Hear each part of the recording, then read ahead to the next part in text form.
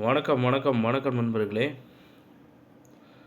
ஒரு மிக மிக முக்கியமான செய்தி ஒன்று வெளியாகிருக்கு. இந்த வீடியோவை நீங்கள் முழுமையாக பார்க்கணும். நம்ம சேனலை மட்டும் சப்ஸ்கிரைப் பண்ணி பெல் ஐக்கானை கிளிக் பண்ணி வச்சுக்கோங்க. மறந்துடவே மறந்துடாதீங்க.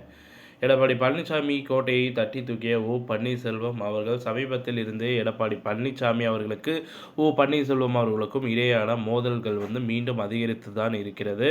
குறிப்பாக சட்டப்பேரவையில் பன்னீர்செல்வத்தின் இருக்கையும் அவரது பதவியையும் உடனடியாக மாற்ற வேண்டும் என்று சபாநாயகர் அப்பா அவர்கள் பார்த்திங்கன்னா அவர்களிடம் பலமுறை பேசியிருந்தார். கடைசியாக சட்டப்பேரவையில் வெளிநடப்பு செய்திருந்தால் எடப்பாடி பழனிசாமி அவர்கள் இந்த நிலையில் தான் வருகின்ற நாடாளுமன்ற தேர்தலை ஒட்டி தேர்தல் பணிகளை தீவிரமடைய செய்வதற்காக முதலில் தெருக்களில் இருந்து ஆரம்பிப்போம் என்பதற்காக அடிப்படையில், அதாவது பன்னீர்செல்வத்தின் சொந்தமான தொகுதிகளிலும் அவருக்கு ஆதரவாக இருக்கக்கூடிய இடங்களிலும் முதலில் பிரச்சாரம் செய்வோம், அதிலிருந்து தனது அரசியல் பயணத்தை மீண்டும் தொடங்குவோம் என்று கூறியிருந்தார்.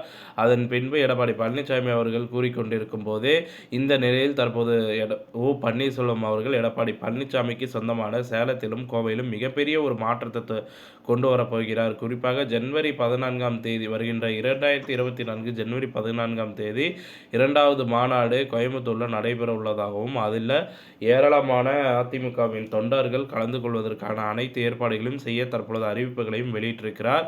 இதில் குறிப்பாக கழகத்திற்கு எதிராகவும் அதிமுகவில் பன்னீர்செல்வத்திற்கு எதிராகவும் மிகப்பெரிய பொதுக்கூட்டம் பார்த்திங்கன்னா நடைபெற இருக்கிறதாகவும், மேலும் அனைத்து இந்திய அண்ணா திராவிட முன்னேற்ற கழகத்தின் தொண்டர்கள் உண்மையான விசுவாசிகள் இதில் கலந்து கொள்வார்கள் என்றும் பன்னீர்செல்வம் அவர்கள் சென்னையில் ஒரு நிகழ்ச்சியில் பேட்டியளித்திருந்தார். மேலும் டெல்லியில் உள்ள முக்கிய புள்ளிகள் இதில் கலந்து கொள்ளக்கூடியதாக இருக்கிறதாகவும் தகவல்கள் வெளியாயிருக்கு. உள்துறை அமைச்சராக இருக்கக்கூடிய அமித்ஷா அவர்கள் கோயம்புத்தூருக்கு வருகை தர உள்ளதாகவும், அதன் பிறகு வருகிற நாடாளுமன்ற தேர்தலில் கூட்டணி முடிவுகளை பற்றி பேச இருப்பதாகவும் தகவல்கள் வெளியாகி இருக்கிறது. எடப்பாடி பழனிசாமி அவர்கள் ஒரு பக்கம் தெற்கே பார்த்திங்கன்னா குறிவைத்திருக்கிறார். மறுபக்கம் எடப்பாடி பழனிசாமிக்கு சொந்தமான தொகுதியிலேயே பன்னீர்செல்வம் அவர்கள் தட்டி தூக்கியிருப்பதாகவும் கோயம்புத்தூரில் பார்த்திங்கன்னா மிக பிரம்மாண்டமாக பார்த்திங்கன்னா இந்த மாநாடு பிரச்சாரங்கள்லாம் நடைபெற இருக்கிறதாகவும் அறிவிப்புகள் வெளியாகி இருக்கிறது. அதிமுகவில் மீண்டும் தற்பொழுது போர்க்களமாக மாறி இருக்கிறது. ஏற்கனவே பாஜக அதிமுக கூட்டணி கிடையாது என்பதை எடப்பாடி பழனிசாமி அவர்கள் அறிவித்த நிலையில் பாஜகவுடன் தான் கூட்டணி அமைக்கப் போகிறோம் என்று பன்னீர்செல்வம் அவர்கள் கூறியிருந்தார். இந்த நிலையில்தான் எடப்பாடி பழனிசாமி அவர்கள் எடுக்கக்கூடிய முடிவுக்கு எல்லாம் எதிராக பன்னீர்செல்வம் அவர்கள் எடுக்கும் நிலையில் இறுதியாக பார்த்திங்கன்னா அதிமுகவில் வருகிற மிகப்பெரிய ஒரு பிரச்சனையாகவே பார்த்திங்கன்னா இருந்துகிட்ருக்கு.